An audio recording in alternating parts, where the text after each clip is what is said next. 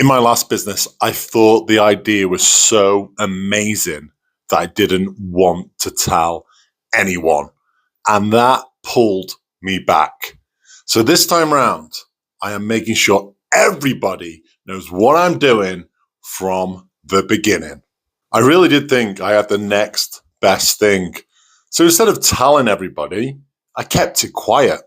Kept it quiet to the extent that nobody knew exactly what I was doing. And this held the business back, I would say, minimum 4 months. 4 months of keeping it quiet when really I could have been putting it out there and making money and building my business. This time round, I'm not doing that. Yep, from the get-go. Everybody's known what I'm doing.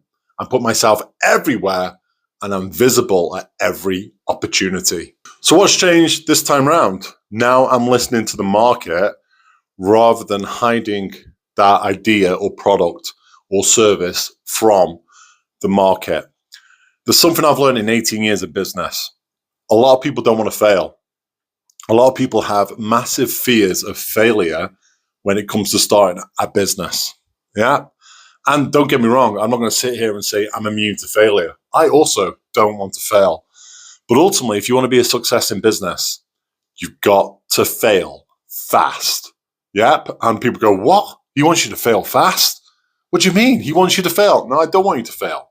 I want you to find the product or service or whatever you're trying to achieve which succeeds.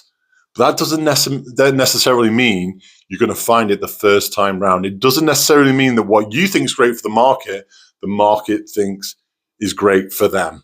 Yep. So what I want you to do this second time round is to let go of all fear of failing. Yep.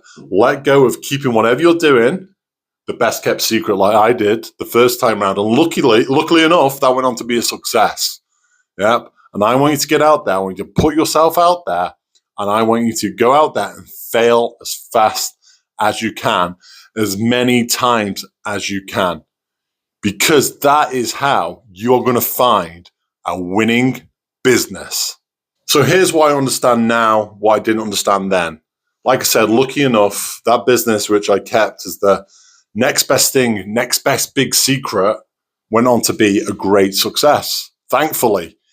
But if it didn't, yep, I would have been 4 months behind. Well, I would have been 4 months before I put myself out there. And then I probably would have been another 3 to 4 months behind knowing that this ain't going to work. That would have put me 8 months behind when I could have been doing something which is generating revenue. And a lot of people have the fear of being visible. Yeah, the fear of putting themselves out there. One, because of rejection. One, because caring what other people think. And I want you to let all that go because it's not, other people do not pay your bills. Other people are not there to build your dreams and other people are not there to live your life. You are fully responsible for that. Like they are fully responsible to live their life. I want you to let go of all your fear.